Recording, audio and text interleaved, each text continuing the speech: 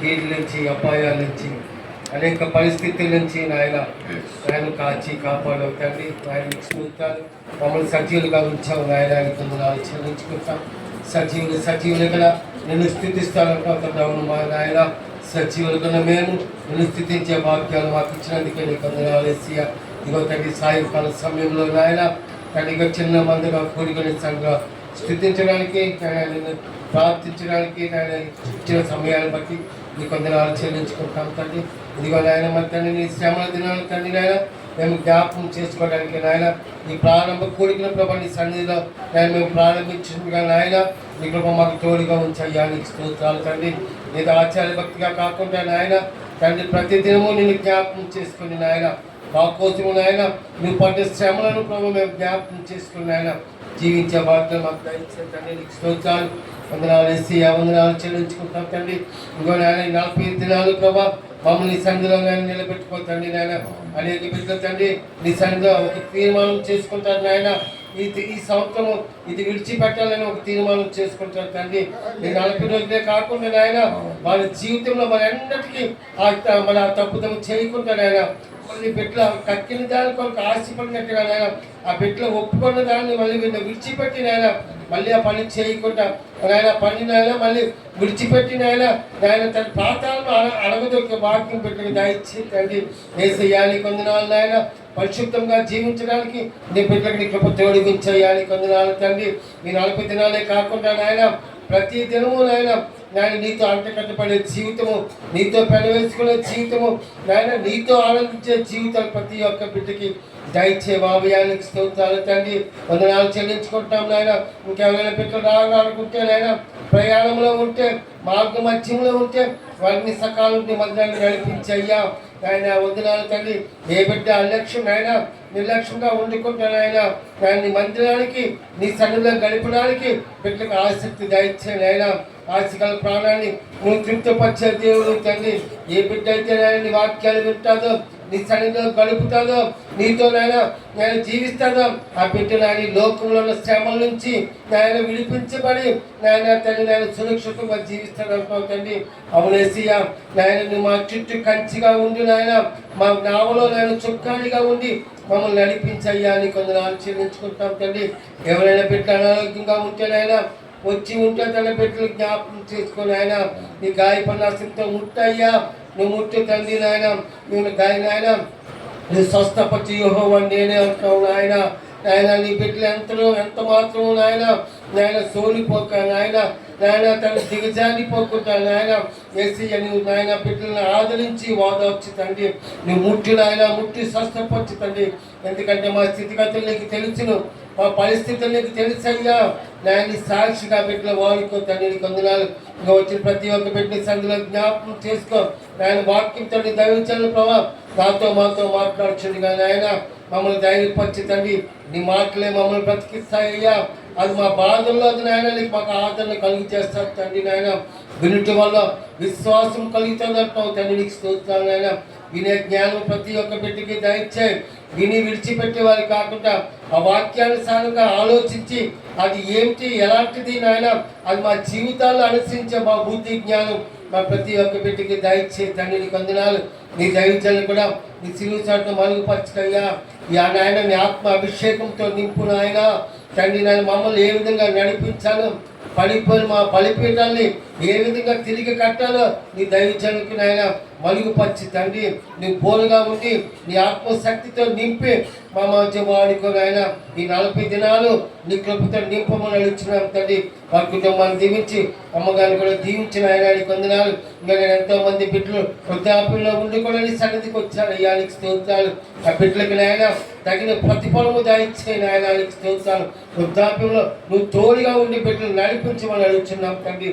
సహాయం చేయమని ఆయన జనదేవత నింపమని ఆయన ఈ కార్యక్రమాన్ని నువ్వే మహిమ గంట ప్రభావాలు పొందమని అతి త్వరలో రాబోతున్న యేసయ్య పరిశుద్ధ నామమున అడిగి వేడుకొంచున్నాను తండ్రి. ఆమేన్.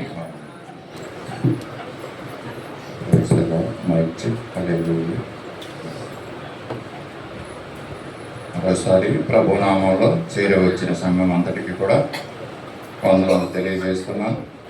యొక్క సాయంకాల సమయంలో ఈ యొక్క డ్యాష్ వెడ్నెస్డే రోజున సంఘంగా ఈ విధంగా చేరి ప్రభువును స్తుతించడం, ప్రభు సన్నిధిలో కొంత సమయం గడపడం అన్నది మనకి నిజంగా ఆశ్చర్యకరమైనటువంటి విషయమై ఉన్నది. మరి దినము అందరికీ తెలుసు భస్మ బుధవారం అనేసి. అండ్ భస్మ బుధవారం గురించి చాలామందికి అవగాహన ఉందో లేదో తెలియదు, కానీ ఏదేమైనప్పటికీ కూడా 1-2 మాటలు భస్మ బుధవారం గురించి మనం తెలుసుకుందాం. భస్మం అంటే అందరికీ తెలుసు బూడిద అనేసి కదండి. భస్మం అంటే భస్మ బుధవారం అని పిలుస్తున్నాం కదండి ఈరోజు. భస్మం అంటే బుధవారం రోజున భస్మం గురించి బూడిద అన్న విషయం మనందరికీ తెలుసు. భస్మం అంటే ఈ బూడిద గురించి మీకు ఇంకా తెలియాలంటే మీకు వెనకాల కూర్చున్నటువంటి స్త్రీలకి ప్రాముఖ్యంగా అర్థం అవ్వాలంటే, ఎందుకంటే నేను చెప్పే విషయాలు వెనకాల కూర్చున్న వాళ్ళు కూడా అర్థం అవ్వాలని నా ఆశ. అందుకని నేను కొంచెం డీటెయిల్గా చెప్పాలని ఆశపడుతున్నాను. అది పొయ్యిలో పుల్లలు పెడతాం కదండి మనం. మీరు వంటలు చేసుకుంటారు పుల్లలు పెట్టి. చాలామంది గ్యాస్ స్టవ్ మీద వండుతారు, తర్వాత వాళ్ళ బూడిదంటే ఏంటో మర్చిపోయారు. కానీ పుల్లలతోటి వంటలు చేసుకునే వాళ్ళకి ఆ వంట చేసిన తర్వాత మిగిలేది ఏంటంటే అది అక్కడ బూడిద. ఇప్పుడు అర్థమై ఉంటుంది బూడిద అంటే ఏంటో. ఆ బూడిదని ఇక్కడ బైబిల్ ప్రకారంగా, లేకపోతే తెలుగులో మంచి తెలుగులో దాన్ని భస్మం అని కూడా అని అంటారు. కాబట్టి దానికి భస్మ బుధవారం అనే పేరు వచ్చి ఉన్నదండి. సో ఇది బూడిద గురించి మనము తెలుసుకుంటున్నాము. ఈ భస్మ బుధవారాన్ని ఈస్టర్కి ముందు అంటే 40 రోజులు మన శ్రమ దినాలు పాటిస్తాం. శిలువ ధ్యాన కూడికలని పెడతా ఉంటారు అంటే శ్రమలో యేసు ప్రభు భరించిన శ్రమల్ని జ్ఞాపకం చేసుకుంటూ 40 రోజులు కూడా శ్రమ దినాలను పాటిస్తూ ఉంటాం. ఈ భస్మ బుధవారానికి ఈ ఈస్టర్కి ముందు 46 రోజులు కౌంట్ చేసుకుంటే వచ్చిన రోజే ఈ బుధవారం రోజు అండి. 46 రోజులు 46 days. మరి 40 రోజులు కదండి అనేసి ఎవరికైనా డౌట్ వస్తుందమ్మా. మరి ఆదివారాలు లెక్క పెట్టుకుంటే 46 రోజులు వస్తుంది. ఆదివారాలు తీసేస్తే 40 రోజులు వస్తుంది అన్నమాట. ఈ భస్మం గురించి ఏంటండి అంటే, మరి పోయిన సంవత్సరం మట్టల ఆదివారం దినాన మట్టలు మనం తీసుకుని వెళ్తూ ఉంటాం కదండి. మట్టల ఆదివారం సండే స్కూల్ పిల్లలు, మరి కొంతమంది పెద్దవారు మనం ఊరిలోకి వెళ్ళి ఊరేగించుకుంటూ ఆ మట్టలను తిప్పుకుంటూ యేసు ప్రభు గాడిద మీద ఉన్నటువంటి ఆ విషయాన్ని మనం తెలియజేస్తూ తిరుగుతూ ఉంటాం. అది తిరిగి వచ్చిన తర్వాత ఆ మట్టల్ని ఏం చేస్తామంటే మనము పడేస్తాం తీసుకొచ్చి. అయితే ఈ యొక్క భస్మ బుధవారాన్ని మొదలుపెట్టింది మన క్రైస్తవ డెనామినేషన్లో క్యాథలిక్ డెనామినేషన్ వారు దీన్ని ప్రవేశపెట్టారంటండి. వాళ్ళు ఈ యొక్క మట్టల ఆదివారం చేసినప్పుడు ఆ తిరిగి వచ్చిన మట్టల్ని వాళ్ళు ఏం చేస్తారంటే ఒక దగ్గర ఆలయంలో అది పరిశుద్ధమైనటువంటి విషయంగా ఆ యొక్క మట్టలను ఒక దగ్గర ఉంచడం జరుగుతూ ఉంటుందంట. అది ఆ సంవత్సరం అంతా కూడా మట్టలను ఉంచుతారంటండి మందిరంలోనే అక్కడ పరిశుద్ధమైన స్థలంలో ఉంచి, తర్వాత మట్టల ఆదివారం అయిపోయింది. ఇప్పుడు నెక్స్ట్ ఇయర్లో ఈ భస్మ బుధవారం రోజున వాటిని ఏం చేస్తారంటే ఆ ఎండిపోయినటువంటి మట్టల్ని కాల్చేసి ఆ కాల్చినటువంటి వచ్చినటువంటి బూడిదని ఈ భస్మ బుధవారం రోజున ఆ మందిరంలో ఆ యొక్క యాజకుడు సేవకుడు మరి వారి యొక్క నుదుటి మీద మరి శిలువ రూపంలో వాళ్ళకి వేయడం జరుగుతుంది. ఇది క్యాథలిక్ వారు ప్రారంభించినటువంటి విషయం. ఏదేమైనప్పటికీ కూడా సంఘాలన్నీ కూడా మనం ఎలాగో తీసుకోవాలనుకుంటే ఈ యొక్క డినామినేషన్సే పరలోకం వెళ్తుంది, లేకపోతే మిగతా డినామినేషన్స్ పరలోకం వెళ్ళవు అనే ఉద్దేశాలు ఉండుకోకుండా సంఘాలన్నీ కూడా ఒక సార్వత్రిక సంఘముగా మనము జ్ఞాపకం చేసుకోవాలి. దేవుని రాకడలో సార్వత్రిక సంఘాలన్నీ కలిపి సార్వత్రిక సంఘంలో ఎత్తపడతాయి. మనం ఒకరినొకరిని గౌరవించుకోవాలి, ఒకరి సిద్ధాంతాలని ఒకళ్ళు మనం గౌరవించుకోవాలి. చాలామంది చాలా ఖండితంగా చెప్తూ ఉంటారు, ఇదిగో ఆ డెనామినేషన్ పరలోకం వెళ్దాం, ఇదిగో మా ఫెలోషిప్ మరి పరలోకం వెళ్తుందని ఖండితంగా కొంతమంది చెప్తూ ఉంటారు, వాదిస్తూ ఉంటారు, ఆర్గ్యుమెంట్ చేస్తూ ఉంటారు. మనకి కావాల్సింది ఆర్గ్యుమెంట్స్ కాదు, కానీ మరి ఏ సంఘమైనప్పుడు కూడా ప్రభువులో విశ్వాసం ఉన్న వాళ్ళు మరి దేవుణ్ణి ఎదుర్కొనటానికి పైకి వెళ్తారనేసి సాయంకాల సమయంలో తెలియజేస్తున్నాను. అయితే ఈ భస్మ బుధవారం అన్నది క్యాథలిక్ వారు మొదలుపెట్టి ఉన్నారు. మరి ఈ విధంగా ఈ యొక్క బూడిదని ఆ యొక్క భస్మ బుధవారం రోజున 46 రోజులు పవన్ చేసుకుని ముందుకు వచ్చి భస్మ బుధవారం రోజున వారి నుదుటి పైన ఆ బూడిదని రాస్తారన్నమాట. ఇంతకీ ఆ బూడిద ఎందుకు రాస్తారు ఎవరికైనా తెలుసండి? ఆ బూడిదంటే మనము. ఓకే, ఇంకెవరన్నా? ఈవేళ చాలా వాట్సాప్లు చూశానండి, దేవుని మందిరానికి వచ్చిన వాళ్ళు రానోళ్ళు ఏమండి చాలా మంది యాస్ వెట్నెస్ అని పెట్టేశారు వాట్సాప్లో. పెట్టడమే కాకుండా దాని కింద ఒక వాక్యం కూడా పెట్టారండి. చదివారండి ఎవరన్నా ఆ వాక్యాన్ని? ఆ వాక్యం చెప్పండి. ఎస్, మనము మంటి నుంచి వచ్చాము, తిరిగి మన్నైపోదుము. మనము బూడిద వంటి వాళ్ళము. ఇంకా చెప్పాలంటే నీలకుమ్మ గారి ప్రార్థన చేస్తూ అప్పుడప్పుడు ఏం మాట ఉపయోగిస్తుంది అంటే, నేను దుమ్మి ధూళి వంటిని దాని ప్రభు అంటారు అండి. నోటితోటి దుమ్మి ధూళి అంటే అవదు, ప్రవర్తన అలా ఉండాలి. ఈరోజు మాట్లాడుకునే విషయాలు అలాగే మన ప్రవర్తన చూసి ఎస్ ఈమె నిజంగా దుమ్ము ధూళి ఎలా ఉంటుందో కిందన అంత తగ్గించుకుని మన ప్రవర్తన ఉంటే మనం చేసే ప్రార్థనకు అది సార్థకం అవుతుంది.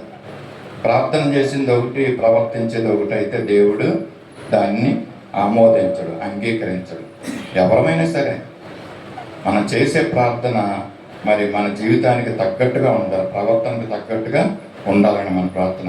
ఆయన ఏం చెప్తాడంటే, ప్రీస్ట్ రాసి నువ్వు మంటివి మళ్ళా తిరిగి మన్నైపోతావు. ఈ మాట ఎవరితో చెప్పారు? ఈ మాటని నువ్వు చెప్పండి, గట్టిగా చెప్పండి. ఆదమ అవ్వల గురించి మాకు చెప్తా ఉంటారు. నువ్వు మంటలో నుంచి తీయబడ్డావు కనుక తిరిగి నువ్వు మన్నైపోతావు అన్న మాటని ఆ సేవకుడు జ్ఞాపకం చేస్తాడండి. ఆ నుదుటి మీద ఆ యొక్క బూడిదని రాస్తూ, ఇదిగో నువ్వు బూడిదవిరా బాబు, నువ్వు బూడిదవి, మరలా నువ్వు బూడిదవైపోతావు అనేసి జ్ఞాపకం చేస్తూ ఆ బూడిదని నసుట మీద రాయడం మనం జ్ఞాపకం ఉంచుకోవాలి. సాయంకాలం మనం బూడిద రాయకపోయినా ఏమంటే బూడిద లాంటి వాళ్ళు మనం అనేసి ప్రభు దగ్గర మనము అంతగా తగ్గించుకోవాలండి. ఈరోజు చెప్పే మాటల్లో ఇదే మాట ఉంటుంది, ఏంటంటే మనము తగ్గించుకుంటాం.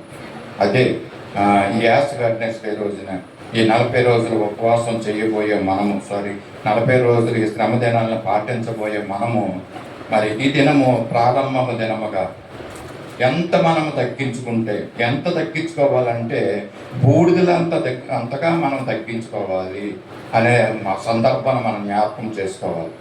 నేను బూడిద లాంటి వాడిని ప్రభువా. ఏమండి, ఇంతవరకు కూడా గతించిన కాలంలో మనం ఎలా జీవించామో, ఏమండి, ఒకవేళ మన నోటి మాటలు ఒకలాగా మన క్రియల్లో ఒకలా ఉన్నాయేమో. సాయంకాల సమయంలో ప్రభు మనకు తెలియజేస్తున్న మాట ఏంటంటే, మన క్రియలు కూడా ఆ విధంగా ఉండాలని దేవుడు ఆశపడుతున్నాడు, అంతగా తగ్గించుకోవాలని దేవుడు ఆశపడుతున్నాడు. పరిశుద్ధ గ్రంథంలో నుంచి ఒక మాటను మనం చూద్దాం. ఏ విధంగా ఈ బూడిద, మరి పరిశుద్ధ గ్రంథంలో కూడా ఉందండి ఈ బూడిద గురించి, ఈ భస్మం గురించి ఉంది. 1-2 వాక్యాలు మీకు తెలియజేస్తాను దాంట్లో నుంచి. ఏంటి ఈ బూడిద అని అంటే, పాత నిబంధన కాలంలో ఇశ్రాయేలు ప్రజలు మరి వాళ్ళ పాపం చేసినప్పుడు వాళ్ళు ఏం చేసేవారండి, పాప ప్రాయశ్చిత్తార్థంగా వాళ్ళు బలులు అర్పించేవారు అండి. ఆ బలును అర్పించిన తర్వాత వాటిని దహించేవారండి. వాటిని దహించిన తర్వాత మిగిలేది ఏంటంటే అక్కడ బూడిద మిగులుతూ ఉంటుంది అన్నమాట. వాళ్ళు అప్పుడు బలులు అర్పించేవారు.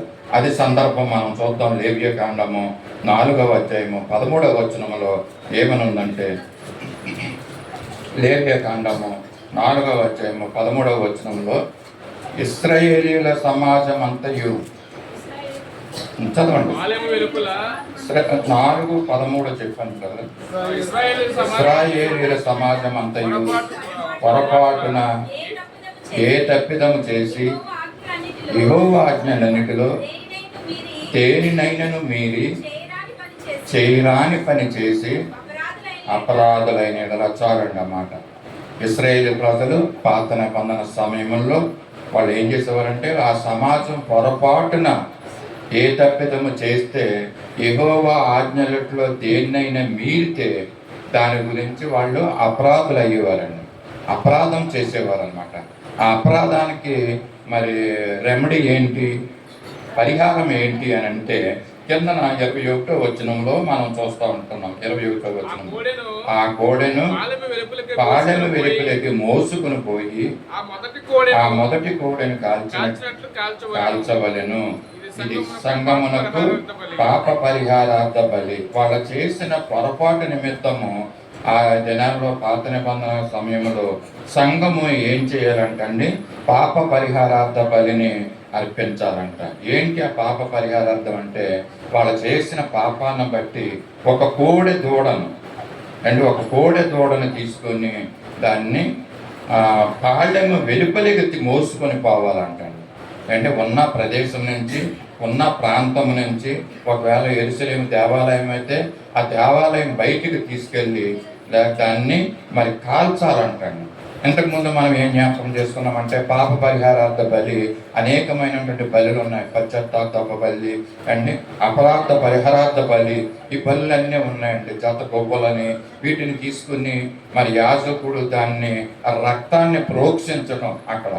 మరి ఇక్కడైతే ఏమనుందంటే, ఒక కోడె దూడను పాలెము వెలపట మోసుకొని పోవాలంటండి. మోసుకొని పోయి అక్కడ కాల్చాలంటండి. పాప పరిహారార్థం, పశ్చాత్తాప వాళ్ళు చేసిన పాపమును బట్టి పరిహారంగా ఈ కోడె దూడను అక్కడ కాల్చాలంటండి.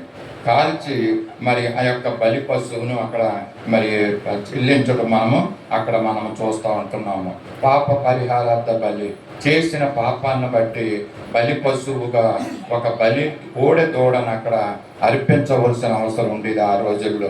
చేసిన పాపాలను బట్టి పాపము నుంచి వాళ్ళు విముక్తి అయినట్టే ఆ యొక్క దినాల్లో ఆ యొక్క సంఘము మరి ఈ విధంగా ఇది ఒక కట్టుబాటుగా వాళ్ళు అనుగ్రహించున్నాడు మొదటి దినాల్లో, తొలి దినాల్లో. మరి దీన్ని అక్కడ కాల్చిన తర్వాత మిగిలింది బూడిదన్న విషయం కూడా మీకు తెలియజేశాను. దహన బలిపీఠం మీద మరి దహన బలిని అర్పించిన తర్వాత అక్కడ బూడిద మిగులుతూ ఉంటుందండి కదా. అవసరమైతే ఆ బూడిదని కూడా ఎత్తి పాళెము వెలుపల దాన్ని బయట పడేస్తూ ఉంటారు. యెరూషలేము దేవాలయంలో మరి అనేక గుమ్మాలు ఉన్నాయండి. దాంట్లో ఒకటి పెంట గుమ్మం అని ఒకటి ఉంటుందండి.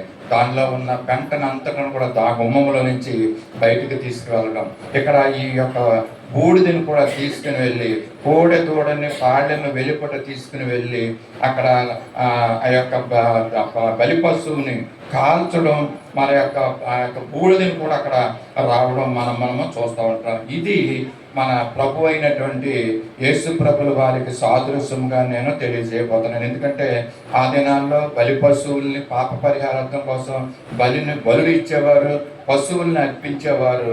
యేసు ప్రభు వచ్చిన దినాల తర్వాత మరి ఆయన ఏమయ్యాడంటే ఒక్కసారే తాను బలి అర్పించుకున్నాడు, బలి పశువుగా కదా. మరి ఆ బలి పశువుగా అర్పించిన సందర్భం మనం ఒకసారి ఎబ్రీ పత్రిక అపోస్తలుడైన పౌలు ఎబ్రీ సంఘానికి 13వ అధ్యాయంలో రాస్తున్నాడు. 11-12 వచనంలో, ఏ బలి పశువుకి అయితే సాదృశ్యముగా యేసు ప్రభుల వారు పాప పరిహారార్థ బలి పశువుగా అక్కడ అర్పించబడ్డాడో చూద్దాం. అందుచేత ఎబ్రీ పత్రిక 13వ అధ్యాయము 11-12 వచనాలు. ఎబ్రీ పత్రిక 13వ అధ్యాయం, వేటి రక్తము పాప పరిహారార్థ పరిశుద్ధ స్థలములోనికి ప్రధాన యాజకుని చేత తేబడగా ఆ జంతువుల కళేబరములను శిబిరము వెలుపుట దహింపబడును. కావున యేసు కూడా తన స్వరక్తము చేత ప్రజలను పరిశుద్ధపరచుటకై గవిని వెలుపట శ్రమ పొందెను. ఇది చూస్తున్నారు కదండి. మరి అక్కడ బలి పశువు అర్పించబడ్డది, కాల్చబడ్డది, బూడిద చేయబడ్డది. నీ పాపముల నిమిత్తము, నా పాపముల నిమిత్తము మన ప్రధాన యాజకుడైనటువంటి మన బలి పశువుగా మన యేసయ్య మరి ఇక్కడ అర్పించబడ్డాడు. ఏటి రక్తము పాప పరిహారార్థ పరిశుద్ధ స్థలములోనికి ప్రధాన యాజకుని చేత తేపడుతుందో ఆ జంతువు కళేబరములను శిబిరము వెలుపుట దహించుతున్నారంట. కావున యేసు కూడా తన స్వరక్తము చేత ప్రజలను పరిశుద్ధపరచుటకై గవిని వెలుపట మరి శ్రమ పొందెను. అండ్ బలి పశువుగా అయ్యాడు యేసు ప్రభుల వారు. గవిని వెలుపుట అన్న మాటను మనం జ్ఞాపకం చేసుకోవాలండి. ఏ విధంగా అయితే ఈ బలి పశువుల్ని మరి గవిని వెలుపుట తీసుకుని మోసుకుని పోతున్నారో అండి నీ కొరకు నా కొరకు యేసు ప్రభు వారు కూడా ఆ విధంగా గవ్విని వెలుపలికి తీసుకొని వెళ్ళబడ్డాడు కదండి. ఆయన కూడా వెలుపలికి తీసుకొని వెళ్ళబడ్డాడు. ఆ గొల్గతా కొండ మీద సిలువ మీద ఆయన్ని సిలువ వేసిన దృశ్యం మనం జ్ఞాపకం చేసుకోవాలి. ఆయన బలి పశువుగా మరి తన రక్తాన్ని చిందించాడు. ఏ విధంగా అయితే ఈ బలి పశువు రక్తం ప్రోక్షిస్తున్నారో ఆ విధంగా యేసు ప్రభు నీ నిమిత్తము నా నిమిత్తము అంటే అంతగా తగ్గించబడ్డాడండి యేసు ప్రభుల వారు. అంతగా ఆయన సహించాడు మన పాపముల నిమిత్తము. మరి అంతగా ఆయన శ్రమ పడ్డాడంటే ఇక్కడ గవ్విని వెలుపట ఆయన శ్రమ పడ్డాడు. ఇదిగో అక్కడ ఇశ్రాయేలు ప్రజలు పాత నిబంధన కాలంలో వారి యొక్క పాపముల నిమిత్తము ఏ విధంగా బలి పశువు గవిని ఎదుటకు మోసుకొని పోతున్నారో మరి ఆ విధంగా యేసు ప్రభు కూడా ఇదిగో ఆ సిలువను మోసుకొని గవిని వెలుపటికెళ్ళి అక్కడ శ్రమ పొందాడు. అక్కడ తన రక్తాన్ని చిందించుకున్నాడు. అక్కడ తన యొక్క శ్రమనంతటిని కూడా మన నిమిత్తమే పడినట్లుగా మనం చూస్తూ ఉంటున్నాము కదండి. వారు మరి ఇశ్రాయేలు ప్రజలైతే వారు చేసిన పాపాల నిమిత్తము వారి పాప పరిహారార్థ బలిని అర్పించారండి. ఇక్కడ మరి ఒక పట్టణం కూడా ఉంది పరిశుద్ధ గ్రంథములో. మరి అనేకమైన యేసు ప్రభులు వారి లోకంలో జీవిస్తున్నప్పుడు అనేకమైనటువంటి అద్భుత కార్యాలు ఆశ్చర్యకరాలు చేసి అనేకమైన పట్టణాలని మనుషుల్ని మరి మార్చి ఆయనలోకి నడిపించినటువంటి సందర్భాలు మనం అనేకమైనటువంటి విన్నామండి. మరి శ్రమ పడడం అనే విషయంలో తనకు తగ్గించుకుంటాం అన్న విషయంలో కూడా మనం ఒక సందర్భాన్ని చూద్దాం. మత్తయి సువార్త 11వ అధ్యాయము 21వ వచనంలో ఒక మాట మనం చూద్దాం. అయ్యో కొరాజీనా అయ్యో బెత్సయిదా మీ మధ్యన చేయబడిన అద్భుతములు తూరు సీదోను పట్టణంలో చేయబడిన యెడల ఆ పట్టణంలో వారు పూర్వమే గోనె బట్ట కట్టుకుని బూడిద వేసుకుని మారు మనసు పొంది విందురు. యేసు ప్రభుల వారు ఏం మాట్లాడుకున్నామండి ఇందాక గవ్విని ఎదుట ఆయన శ్రమ పడటానికి ఆయన గవ్విని వెలుపట ఆయన్ని తీసుకుని వెళ్ళారు. ఆయన అక్కడ శ్రమ పడ్డారండి. మరి ఆయన లోకంలో జీవిస్తున్నప్పుడు అనేకమైన పట్టణాల్లో చేస్తున్న అద్భుతాలను బట్టి అనేక మంది మనుషులు మార్చబడ్డారు. అనేకమైన పట్టణాలు మార్చబడ్డాయండి. ఇక్కడ ఒక పట్టణం గురించి 2 పట్టణాల గురించి యేసు ప్రభుల వారు ప్రతిగుండగా చెప్తున్న మాట ఏంటంటే అయ్యో కొరాజీనా అయ్యో బెత్సయిదా మీ మధ్య చేయబడిన అద్భుతములు తూరు సీదోను పట్టణంలో చేయబడిన ఆ పట్టణంలో పూర్వమే గోనె పట్ట కట్టుకుని బూడిద వేసుకుని మారు మనసు పొంది ఉందురు. తూరు సీదోను పట్టణస్థులు మరి వారు చేస్తున్న పాపాలు మరి చాలా ఏజ్కల్ గ్రంథంలో అక్కడ రాయబడి ఉన్నాయండి. అక్కడ మాటలు తూరు సీదోను పట్టణాలు మరి అది ఏ విధంగా మరి పాపంలో వెళ్ళిపోయిందో మరి ఇంతకు ముందు ఉన్నటువంటి ఆ ప్రభావాన్ని ఏ విధంగా కోల్పోయిందో అవన్నీ కూడా అక్కడ ఏజ్కల్ గ్రంథంలో మనం చూస్తున్నాం. యేసు ప్రభులు వారు ఆ సందర్భాన్ని జ్ఞాపకం చేసుకుంటూ ఈ యొక్క కొరైజీనా ఈ యొక్క బెత్సయిదా పట్టణాల గురించి ఏం చెప్తున్నాడు అంటే ఆ తూరు సీదోను పట్టణంలో నేను ఈ అద్భుతాలు చేస్తుంటే వాళ్ళు ఇంకా మారు మనసు పొందుదురు, వారు పశ్చాత్తాపడుదురు, వారు గోనె బట్ట కట్టుకుని బూడిద వేసుకుని మారు మనసు పొందుదురు. నీ దగ్గర నేను అనేకమైనటువంటి అద్భుత కార్యాలు చేశాను. ఈ అద్భుత కార్యాలు చేసినా కూడా నీవు మారు మనసు పొందలేదని యేసు ప్రభులు వారు ఇక్కడ తెలియజేస్తున్నారండి. అంటే కొన్ని పట్టణాలు దేవుని యొక్క శక్తిని చూసిన తర్వాత కూడా మరి మారు మనసు పొందనటువంటి ప్రజలు మారు మనసు పొందనటువంటి పట్టణాలు మరి ఉన్నాయండి. దేవుడు వారి నిమిత్తమే యేసు ప్రభులు వారి నిమిత్తమే ఎంతగానో చింతిస్తున్నాడండి. అనేకమైన సంఘాల్లో ఈ యొక్క దినాల్లో మరి అనేకమైనటువంటి వాక్యాలు మా దేవుని యొక్క మాటలు వివరిస్తున్నప్పటికీ కూడా ఆ మాటలు విని కూడా మారు మనసు పొందని వారు అనేక మంది ఉంటున్నారండి. మరి ఆ చెవిని విని ఈ చెవిని విడిచిపెట్టినట్లుగా వాళ్ళ యొక్క జీవితాలు ఉంటున్నాయి. ఈ యొక్క తూరు సీదోను పట్టణాలు కాదు కానీ బెత్సయిదా ఈ కొరైజీనా బెత్సయిదా పట్టణాలు ఆ విధంగానే ఉంటున్నాయి అంటండి. వారు మారు మనసు పొందడం లేదంటండి. మరి దేవుని యొక్క వాక్యాలు మాటలు విన్న తర్వాత గోనె పట్టలు కట్టుకుని బూడిద వేసుకున్నట్లుగా మన జీవితాలు ఉండాలంటే అంతగా తగ్గించుకునే జీవితాలు మనకు ఉండాలని దేవుడు తెలియజేస్తున్నాడండి. ఈ యొక్క సాయంకాల సమయంలో మరి యొక్క సత్య సువార్త సహవాసానికి తెలియజేస్తున్న మాటలు ఏంటంటే ఇదిగో కొరైజీనా బెత్సయిదాకి చెప్తున్నట్లుగా ఒకవేళ మనతో కూడా చెప్తున్నాడేమో. ఇదిగో అయ్యో సత్య సువార్త సహవాసమా, నీకు ఇంతకాలం నుంచి ఇన్ని సంవత్సరాల నుంచి నీకు మాటలు తెలియజేస్తున్నాను, అయినప్పటికీ నీలో మార్పు రావటం లేదు.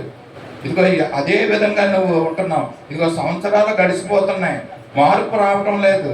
వింటున్నావు, నీ యొక్క జీవితాన్ని నీ ఇష్ట ప్రకారంగానే జీవిస్తున్నావు, మారు మనసు రావటం లేదు, ఇదిగో నీలో తగ్గింపు రావటం లేదు, ఇదిగో నువ్వు కోని పట్ట కట్టుకుంటా లేదు, బూడిదలో కూర్చోవలసినటువంటి వ్యక్తివి, నువ్వు చేయవలసిన పనులు బట్టి పశ్చాత్తాపడవలసినటువంటి వ్యక్తివి, నీలో తగ్గింపు ఉండడం లేదని ఇదిగో ఆ కొరేసిన బెత్సయిదా పట్టణాలకు తెలియజేస్తున్నట్లుగా ఇదిగో ఈ దినం యొక్క పెనగాడి గ్రామం నిమిత్తము, ఒకవేళ సత్య సువార్త సావాసం నిమిత్తము దేవుడు మనకు తెలియజేస్తున్నాడము, మళ్ళీ మనం పరీక్ష చేసుకోవాల్సినటువంటి ఈ సమయం అండి. సాయంకాల సమయంలో అనేక దినాలుగా వాక్యాలు వింటున్న మనలో ఒక మార్పు రావాలని దేవుడు కోరుకుంటున్నాడండి. రాకపోతే మరి దాని ద్వారా వచ్చే పర్యవసానం ఏంటో మనందరికీ తెలుసు. మరి అనేక దినాల నుంచి నా పేరట నువ్వు అనేకమైన పండుగలు చేసుకుంటున్నావు, అనేకమైనటువంటి ఆచారాలని ఆచరిస్తున్నావు, అనేకమైన పద్ధతులను పాటిస్తున్నావు, కానీ నీలో మారు మనసు ఉండడం లేదు. సత్య సువార్త సావాసం అని దేవుడి సాయంకాల సమయంలో తెలియజేస్తున్నాడేమో. ఒకవేళ సంఘం అంటే ఎవరంటే మనమే అని చెప్పాను అండి. మనలో ఈ మార్పు రావటం లేదు, దేవుడు కోరుకుంటున్నాడు. సాయంకాల సమయంలో ఈ కొరేజన బెత్సయిదా పట్టణాలని మనకు జ్ఞాపకం చేసుకుంటున్నాడు. ఒక దైవజనుడు చెప్తూ మాట ఏమంటాడంటే ఇంగ్లీష్లో, the people are following the principles not the god's presence అని చెప్తూ ఉంటున్నాడండి ఒక దైవ సేవకుడు. ఏంటండి మనం ఏం చేస్తున్నామంటే పద్ధతులను అనుసరిస్తున్నామంటండి అండి, ప్రిన్సిపల్స్ని అనుసరిస్తున్నామంట, కానీ దేవుని యొక్క సన్నిధిని మనం అనుభవించలేకపోతున్నామంటండి. దేవుని సన్నిధికి వస్తున్నాం మనము, పద్ధతులతో కూడా వెళ్తున్నాము, మనము పద్ధతులనే పాటిస్తున్నామా, ఆచారాలను పాటిస్తున్నామా? ఇదిగో ఈ దినము నుంచి మనం పాటించేది, ఇదిగో ఈ 40 దినాల యొక్క శ్రమ దినాల్లో మనం పాటించబోయేది ఏంటండి? ఉపవాసమా?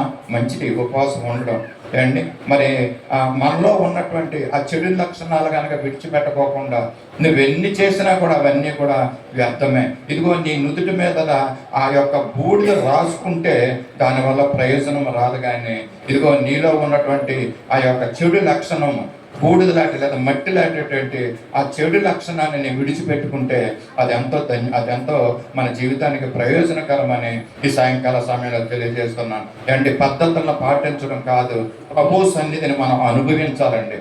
దేవుని సన్నిధికి వచ్చినటువంటి మనము గాడ్స్ ప్రజెన్స్ని మనము అనుభవిస్తాం. ఇలాంటి 40 దినాల్లో కూడా ప్రభు యొక్క సన్నిధిని మనం అనుభవిస్తాం. అంతకంతకు దినదినము సమయంలో మనకు ఉన్నటువంటి దేవునికి అయిష్టకరమైనటువంటి విషయాల్ని మనము విడిచిపెడతామండి. ఇదిగో నినివే పట్టణం గురించి మనం జ్ఞాపకం చేసుకుందాం. నినివే పట్టణస్తులు ఏం చేశారండి? వారికి ఉన్నటువంటి దోష క్రియలు అవి ఎంతో ఘోరమైనవి అంట దేవుని దృష్టికి. ఆ ఘోరమైనటువంటి దోష క్రియల్ని వాళ్ళు ఏ విధంగా విడిచిపెట్టారో మనం చూద్దామా? యోనా గ్రంథము 1వ అధ్యాయము 2వ వచనములు ఏమంటున్నాడంటే, నినివే పట్టణస్తులు దోషము నా కను దృష్టికి ఘోరమైనది కనుక నేను లేచి నినివే మహాపట్టణాన్ని దాని దుర్గతి కలుగుతుంది, చెప్పాలంటే దాన్ని నేను నాశనము చేసేదనని చెప్తా ఉంటున్నాడండి. నినివే పట్టణస్తుల దోషము దేవుని దృష్టికి మహాఘోరంగా ఉందంటండి. ఆ ఘోర దోషమును బట్టి ఆ మహాపట్టణాన్ని నాశనం చేయాలని మరి దేవుడు అనుకుంటున్నాడంట. చూసారు కదా నినివే పట్టణం గురించి బాధ.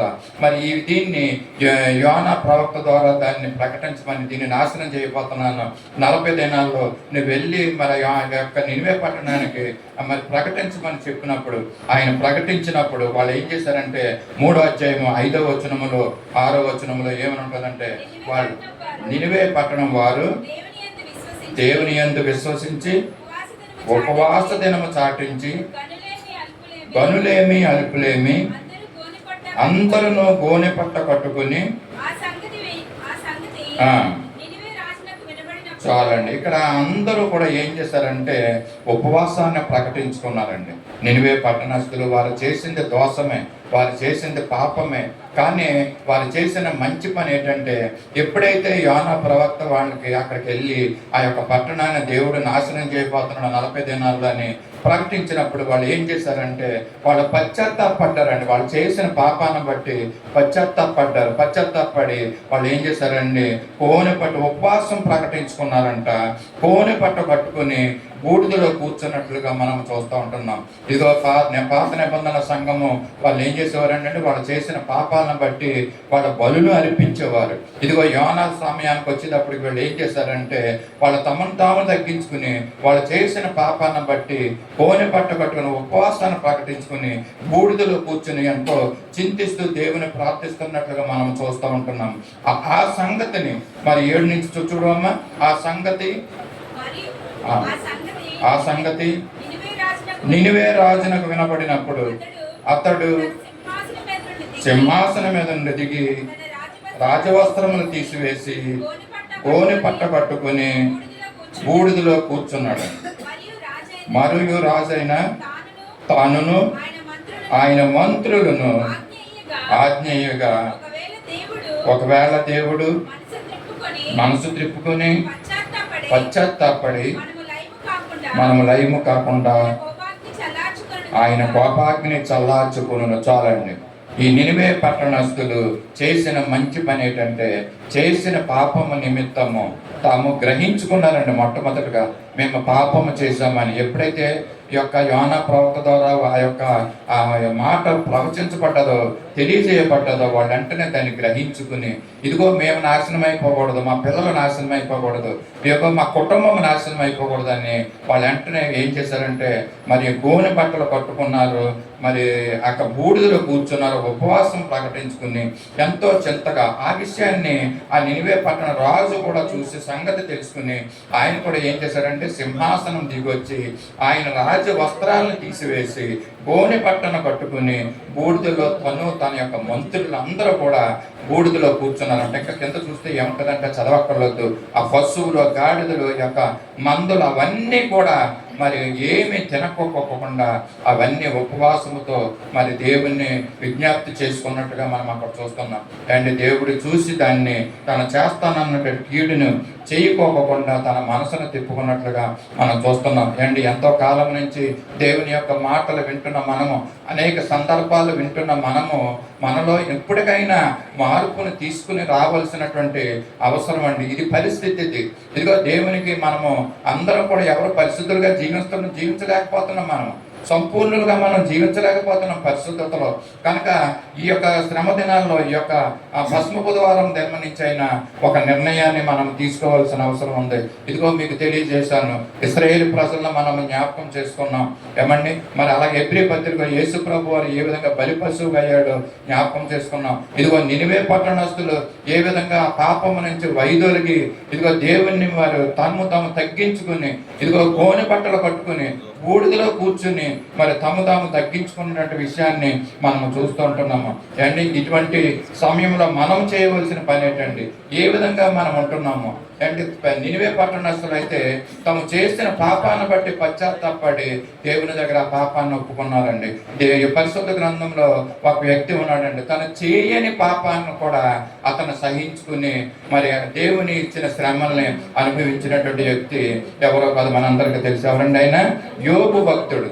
ఆయన ఏ పాపము చేయలేదు అండ్ అయినప్పటికీ కూడా దేవుడు అనుమతించినటువంటి శ్రమల్ని ఎంతో ఓపికతో, శ్రమతో, సహనముతో ఆయన సహించినట్లుగా చూస్తున్నామండి. అండి మనము ఎవరైనా ఏదైనా ఒక చిన్న మాట అంటే మనం పడలేనటువంటి పరిస్థితి. ఇంకా వేరే వాడి కోసం మనం మాట పడతామా? మన కోసమే మనం మాట పడం కదా.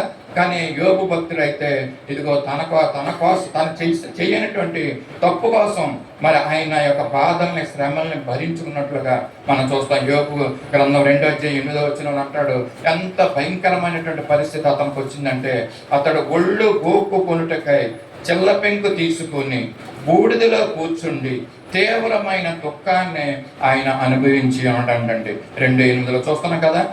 ఎంతటి భయంకరమైనటువంటి ఆ వ్యాధి ఆయనకు సోకిందో చూస్తున్నామండి. ఎందుకు సోకింది? అది ఆయన చేసిన తప్పండి, అది ఆయన చేసిన పాపమా, ఆయన చేసిన అతిక్రమమా? అవి ఏమీ కాదు. అయినప్పటికీ కూడా దేవుడు అనుమతించినటువంటి ఆ యొక్క వ్యాధిని ఆయన సహనముతో ఆయన సహించుకుంటూ ముందుకు వెళ్ళాడు. ఇటువంటి మనసు మనకు ఉందండి? కనీసం కొంచెమన్నా మనకు ఉంటుందా? ఎవరన్నా ఒక వ్యక్తి మనం వెళ్తున్నప్పుడు మన అనరాని మాట ఏదన్నంటే మనం సహించుకునే స్థితిలో మనం ఉండగలుగుతున్నామా? దాన్ని మనం ఈ యొక్క యాస్ వెడ్నెస్డే రోజున మనము అలవాటు చేసుకోవాలండి. దాన్ని నేర్చుకోమనేసి దేవుడి యొక్క సాయంకాల సమయంలో ఇదిగో యోబు గారిని మనం ముందుకు తీసుకొచ్చి ఉన్నాడు. ఆ విధంగా సహించుకోగలుగుతున్నామండి. అంటే తిరిగి సమాధానంలో మనం చెప్పే వ్యక్తులుగా మనం ఉంటున్నామా? అంటే గొడవలకు వెళ్ళే వ్యక్తులుగా మనం ఉంటున్నామా? ఎలా ఉంటున్నాం? ప్రభు సన్నిధిలో మనం ఉంటున్నాం. ఇదిగో ఇక్కడ ఉన్నట్టుగానే మనము మరి బయట కూడా ఆ విధంగానే మనం ప్రవర్తించాలి. అలా ప్రవర్తించగలుగుతున్నామా? ఇదిగో యోబు యొక్క భార్య మరి ఆయన వచ్చి ఏ విధంగా చప్పించిందో మనకు తెలుసు. నువ్వు దేవుణ్ణి దూషించి నువ్వు మరణము కమ్మంటా ఉంటుంది అండి. అయినప్పటికీ కూడా ఆయన దేవుణ్ణి దూషించలేదు. మాట కూడా ఆయన తప్పిపోకుండా ఆయన బాధల్లో నా వ్యాధుల్లో అంతట్లో కూడా జీవించున్నాడు. అతని స్నేహితులు అతని హేళన చేశారు. ఇదిగో అయినప్పటికీ కూడా వారు ఒకవేళ అన్యులోమో అయినప్పటికీ కూడా ఆ స్థితి నుంచి కూడా ఆయన ఎంతగానో సహించుకుని ఆయన దుఃఖాన్ని అనుభవించినట్లుగా మనము చూస్తున్నాం యోబు గురించి. అంటే అతను చేయని తప్పు గురించి ఆయన శిక్షను అనుభవించే వ్యక్తిగా ఆయన ఉన్నాడండి. ఇటువంటి మనస్సును మనకుందా అండి? ఎవరండి అలాంటి వ్యక్తి మన బైబిల్లో? మరి చేయని తప్పుని శిక్షను అతని మీద వేసుకున్నట్లుగా అండి. ఈయన యేసుప్రభు లాంటి వ్యక్తి కాదా యోబు గారు అండి? యేసుప్రభు కూడా ఆయన చేయని శిక్ష, మన శిక్షను ఆయన భరించాడు, ఆయన వేసుకున్నాడు శిలువ మీద. యోబు గారు కూడా మరి ఆయన చేయని తప్పునే ఆయన వేసుకుని మరి ఆ శిక్షను అంతటిని కూడా భరించినట్లుగా మనం చూస్తాం. మరొక వ్యక్తి ఉన్నాడండి ఎస్తేరు గ్రంథంలో, మొద్దుకై అనే ఆ వ్యక్తి. ఆయన కూడా ఏం చేశాడండి? గోనె బట్ట కట్టుకుని బూడిదలో మరి అంతగా తగ్గించుకున్నాడండి. దేని నిమిత్తం? ఆయన ఏమైనా తప్పు చేశాడా? ఆయన ఏమైనా పాపం చేశాడండి? ఆయన కాదు కదా. అయినప్పటికీ కూడా తన సమాజం కొరకు, తన ప్రజల కొరకు, తన సొంత వారి కొరకు ఏమండి ఆయన ఏం చేస్తున్నాడంటే మరి తన బట్టలు చింపుకున్నాడంట. ఎస్తేరు గ్రంథము 4:1 ఈ మాటలు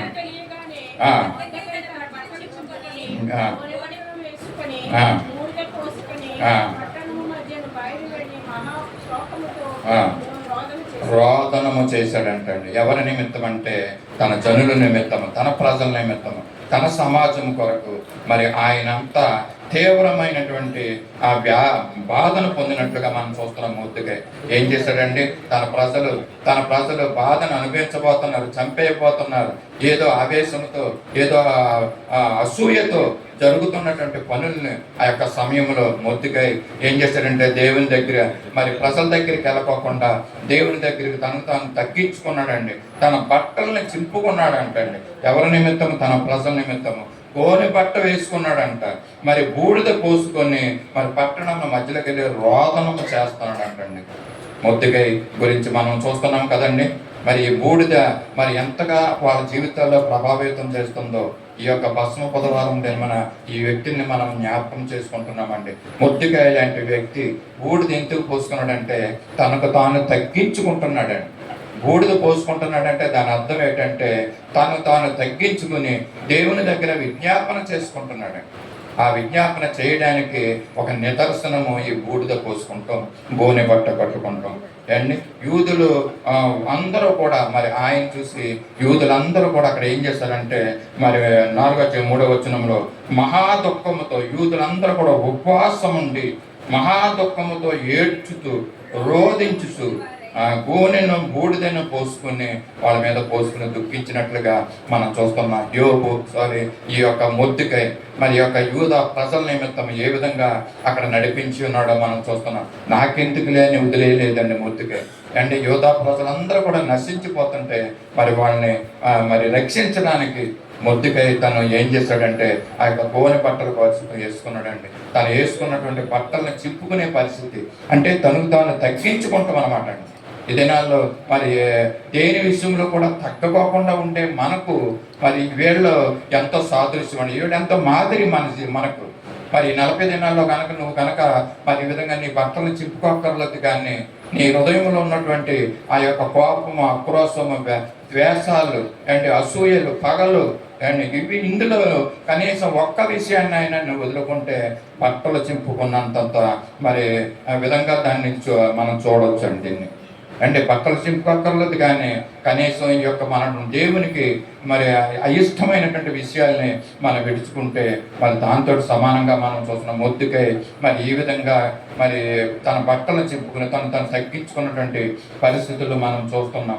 తర్వాత ఏమైందంటే మొద్దుకై ఎందుకు ఏ యొక్క సమాజం నిమిత్తం అయితే తను తగ్గించుకున్నాడో తర్వాత దేవుడు యొక్క మొద్దుకై యొక్క విజ్ఞాపన ప్రార్థన ఆలకించి అతనికి ఏమొచ్చిందండి, ఆయనకి ఎంతో ఘనత వచ్చిందండి తర్వాత కదా. ఆయన ఏమైనా 8:15 ఆ మాటలు చూస్తున్నాం. మొద్దుకై ఏ విధంగా గణపరచబడ్డాడో అప్పుడు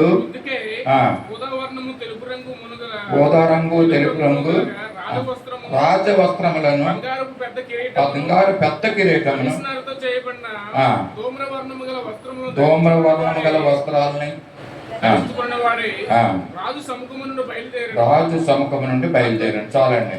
ఏంటి, ఆయనకున్నటువంటి వస్త్రాన్ని యోధా ప్రజల నిమిత్తము చింపేసుకున్నటువంటి వ్యక్తి, తగ్గించుకున్నటువంటి వ్యక్తి, దేవుడు ఆయనకి ఎలాంటి ఘనత ఇచ్చాడంటే ఓదా తెలుపు రంగు రాజు వస్త్రాలను ఆయనకి ధరింపజేశాడు.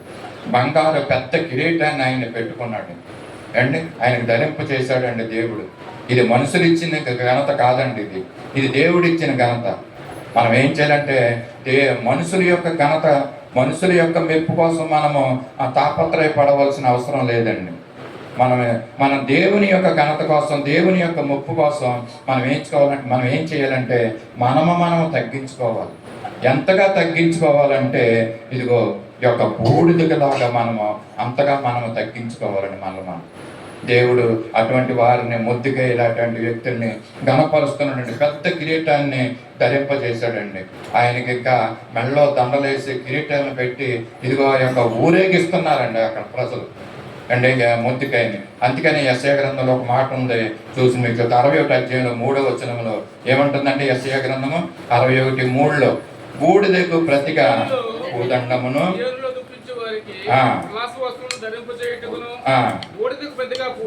బూడిదకు ప్రతిగా పూదండను దుఃఖమునకు ప్రతిగా ఆనంద తైలమును భారభరితమైన ఆత్మకు ప్రతిగా స్తుతి వస్త్రమును దేవుడిస్తున్నాడండి.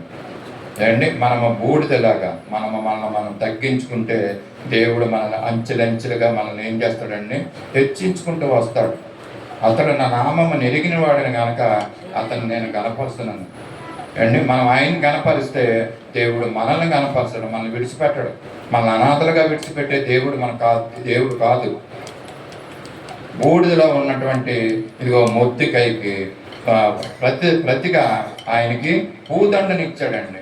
ఇక్కడ కూర్చున్న వాళ్ళు ఇంకెవరైనా ఈ దినాన రాత్రి మరి ఒకవేళ ఎంతో దుఃఖముతో ఎంతో బాధతో ఒకవేళ దేవుని సన్నిధికి వచ్చి ఉన్నారని మాకు తెలీదు, నీ అంతరంగాలను ఎరిగినటువంటి దేవునికి తెలుసు. ఇదిగో ఏమంటున్నాడంటే నీ దుఃఖానికి ప్రతిగా అండి ఆనంద తైలాన్ని నేను ఇస్తున్నానని దేవుడు నీకు సెలవిస్తూ ఉంటున్నాడండి.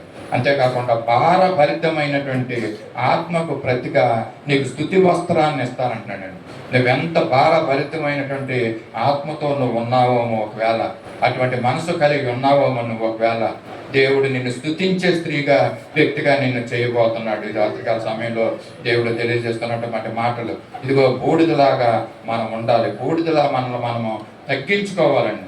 ఇర్మియా గ్రంథం 31:13 అంటాడు, చదవక్కర్లేదు, వారి దుఃఖమునకు ప్రతిగా సంతోషమునిచ్చి వారిని ఆదరించేదను, విచారము కొట్టివేసి నేను వారికి ఆనందము కలుగు చేస్తాననేసి ఇక్కడ ఇర్మియా గ్రంథంలో ఇర్మియా ప్రవక్త ద్వారా తెలియజేస్తున్నాడు. రాత్రికాల సమయంలో మరి తెలియజేస్తున్న మాటలు ఏంటంటే మనకు ఒకవేళ దుఃఖముతో మనం ఉన్నామో మనం తగ్గించుకుంటున్నాం, మంచిదే. మనకు దేవుడు ఒకవేళ దుఃఖం కలిగి చేసినా కూడా ఆ దుఃఖంలో కూడా మనం ఎలా ఉండాలంటే ఆ దుఃఖాన్ని కూడా సహించుకోవాలండి. సహించుకుని ప్రభు ఒకనొక దినాన్ని నిజంగానే మనకి సంతోషాన్ని ఇవ్వబోతున్నాడండి. నేను ఆదరిస్తానని ఇక్కడ వాగ్దానం చేస్తున్నాడు. మనలో ఉన్నటువంటి విచారాన్ని కొట్టివేస్తున్నానని దేవుని వాక్యం ద్వారా మనకు తెలియజేస్తున్నాడు. నేను వారికి ఆనందాన్ని కలుగు చేస్తున్నాడు. దేవుని వాక్యాన్ని నమ్మిన మీరందరూ మనం ఒకసారి దేవుని హల్లెలూయా చెల్లిద్దాం. హల్లెలూయా. దుఃఖాన్ని ప్రతిగా సంతోషాన్ని ఇవ్వబోతున్నాడు దేవుడు.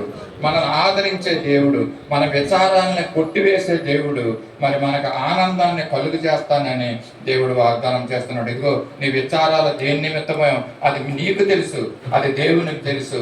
ఆ విచారాలన్నింటినీ కూడా కొట్టివేసి మనకి సంతోషాన్ని ఇస్తానని మనకు తెలియజేస్తున్నాడు. ఇదిగో మొత్తికాయలే మనం కూడా మనము తగ్గించుకుని, ఇదిగో బూడిదలో మనకు ఉన్నట్లుగా ఈ 40 దినాలు కూడా మనం తగ్గించుకుని, ఇదిగో దేవునికి మనం విజ్ఞాపన చేసినట్లయితే దేవుడు మనకి సంతోషాన్ని, ఆనంద తైలాన్ని మనకి ఇవ్వబోతున్నాడండి. ఇశ్రాయేలు ప్రజల పాపాల నిమిత్తము వాళ్ళ బలులు, ఇదిగో బూడిదని మనం జ్ఞాపకం చేసుకున్నాం. ఇదిగో బూడిదలాగా మనం తగ్గించుకోవాలని మనం నేర్చుకున్నాం. మన యేసయ్య మన నిమిత్తము ఇదిగో గవ్విని వెలుపలికి మోసుకొని పోబట్టాడు. ఇదిగో యొక్క కోడె తోడవలే మోసుకొని పోయి అక్కడ శ్రమ పొందిననేసి హెబ్రీ పత్రిక ద్వారా మనం నేర్చుకుని ఉన్నాం. ఆఖరిగా యోబు వలె మనము సహనం కలిగి మనం ఉండాలి. మొద్దుకాయ వలె మనము సమాజం కోసము, సంఘం కోసము ప్రయాసపడాలనేసి దేవుడు ఈ మాటలు మనకు తెలియజేస్తున్నాడు. మరి ఆ విధంగా ఈ యొక్క 40 దినాలు మరి ముందుకు వెళ్తున్నాం. మనం ఈ దినాన్ని మనము నిర్ణయం తీసుకోలేదు. అవును ప్రభా, నాలో ఉన్నటువంటి ఇంకా నీకు ఆయాసకరమైనటువంటి విషయాల్ని ఒకటిగా నాకు దూరం చేయి ప్రభా. ఇదిగో నీకు సమీపస్తులుగా నేను ఉండడానికి నన్ను ఆయుత్తపరచు. నాలో నీ ఉండు ప్రభా, నాతో నువ్వు మాట్లాడు, నువ్వు నన్ను నడిపించు ప్రభా అని మనలకు మనం దేవునికి సమర్పించగలరు. We have to submit our life to God. మనం సబ్మిట్ చేసుకున్నట్లయితే దేవుడు మనలో ఉంటూ మన నిత్యం మనల్ని నడిపిస్తాడు. దినదినం సమయం అనుక్షణము కూడా ప్రభువు మీద మనం ఆధారపడి మనం ఆ విధంగా జీవిద్దాం. మరి యొక్క మొద్దుకాయని యోబుని మనము మరి నిత్యము జ్ఞాపకం చేసుకుందాం. ఏ విషయంలో కూడా మనము విర్రవీగిపోకూడదండి, గర్వించుకోకూడదు.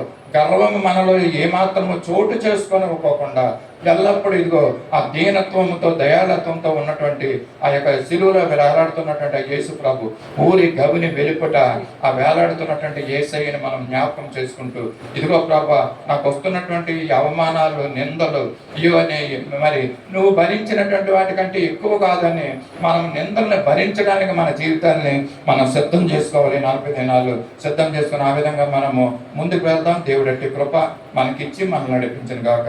దేవుడి కొద్ది మాటలు మన వినికిడిలో దీవెనకరంగా ఆశీర్వదించును గాక. ఆమేన్. సమయంలో దైవ వర్తమానం నిమిత్తమై మన వాక్యాన్ని పెట్టి రూత్ రాయ్ గారు ముందుకు వచ్చి చిన్న ప్రార్థన చేయవలసిందిగా కోరుచున్నాను. దేవుడు వినిపించిన మాటలు మన యొక్క హృదయాల్లో ఫలించలాగిన, మరి ఎవరికైతే ఈ మాటలు అవసరం పడ్డాయో, ఎవరైతే దేవుని దగ్గర, దేవుని సన్నిధిలో మరి యొక్క నిర్ణయాన్ని తీసుకున్నారో, అవును ప్రభా నీకు ఆయాసకరమైన కొన్ని విషయాలు నాలో ఉన్నాయి, దాన్ని విడిచిపెట్టుకుంటున్నాను, ఇదిగో పలానా విషయం నిమిత్తం అనేసి మనం దేవుని దగ్గర నిర్ణయం తీసుకుంటున్న వారు దేవుడు చూస్తున్నాడండి. దేవుడు సహాయం చేయబోతున్నాడు. అటువంటి నిర్ణయం తీసుకున్నవారు వారు కళ్ళు మూసుకుని ప్రార్థనలో దేవుణ్ణి అడగండి. దేవుడు తప్పక మీలో ఉండి మరి దేవుడి యొక్క 40 దినాల సహాయం చేసి నడిపించును గాక. ప్రార్థించుకుందాం, కళ్ళు మూసుకుందాం. స్తోత్రం తండ్రి, ఇంతవరకు చెప్పిన మరి వాక్యం బట్టి వందనాలు తండ్రి. మరి బిడ్డను దీవించండి, ఆస్వాదించండి, మమ్మల్ని ఈ విధంగా నడిపిస్తున్నందుకు వందనాలు తండ్రి. మమ్మల్ని క్షేమకరంగా మళ్ళీ వాక్యం విని మేము ఈ 40 దినాలు కూడా మీ వాక్యం ద్వారా మేము నడుచుకునే భాగ్యం దయచేయండి ప్రభా. అయ్యా మా కష్టాలు, మా కన్నీళ్ళు మీకు అన్నీ తెలుస్తుంది. మాకు అన్ని కూడా నడిపించి మమ్మల్ని దీవించి ఆస్వాదించమని, ఈ వాక్యం ద్వారా మమ్మల్ని ఎంతగానో మరి బలపరచమని ఏసునామమున బంగారు పాదములు అడిగి వేడుకుంటున్నాను తండ్రి. అందరూ లేచి పరలోకముందున్న మా తండ్రి, నీ నామం పరిశుద్ధపరచబడిన గాక, నీ రాజ్యం వచ్చిన గాక, నీ చిత్తం పరలోకమందు నెరవేర్చినట్టు భూమి మీద నెరవేరిన గాక. మాకు కావలసిన అందిన ఆహారం నేడు మాకు దయచేయండి. మా రుణస్తులను క్షమించిన ప్రకారం మా రుణములు క్షమించండి. మమ్మల్ని శోధనలోకి తేక కీడుని తప్పించండి. ఎందుకంటే రాజ్యము, బలము, మహిమ నిరంతరం నీవేనా తండ్రి. ఆమేన్. తొట్టిల్లకుండా మనం కాపాడుటకును, తన మహిమ ఎదుట ఆనందంతో మన నిర్దోషులుగా నిలవబెట్టుటకు శక్తి గల మన రక్షకుడైన యేసుక్రీస్తు యొక్క కృప, మన అద్వితీయ దేవుని దివ్యమైన ప్రేమ, పరిశుద్ధాత్మని యొక్క అన్యోన్య సహవాసము, సత్య సువార్త సహవాసమునకు సకల పరిశుద్ధులకు ఇప్పుడు ఎల్లప్పుడూ సదాకాలము తోడయుండి కాపాడును గాక. ఆశీర్వాదం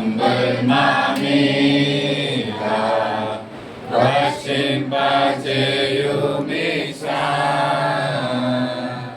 ఆశతో నమ్మియున్నాము ఈ సత్యవాక్యము ఈ మహిమేల కుమ్మరించుము దేవా బ్రహ్మాయ ప్రేమ వర్షంబు కుమ్మరించుము దేవా ఆమేన్. అందరికీ వందనాలు.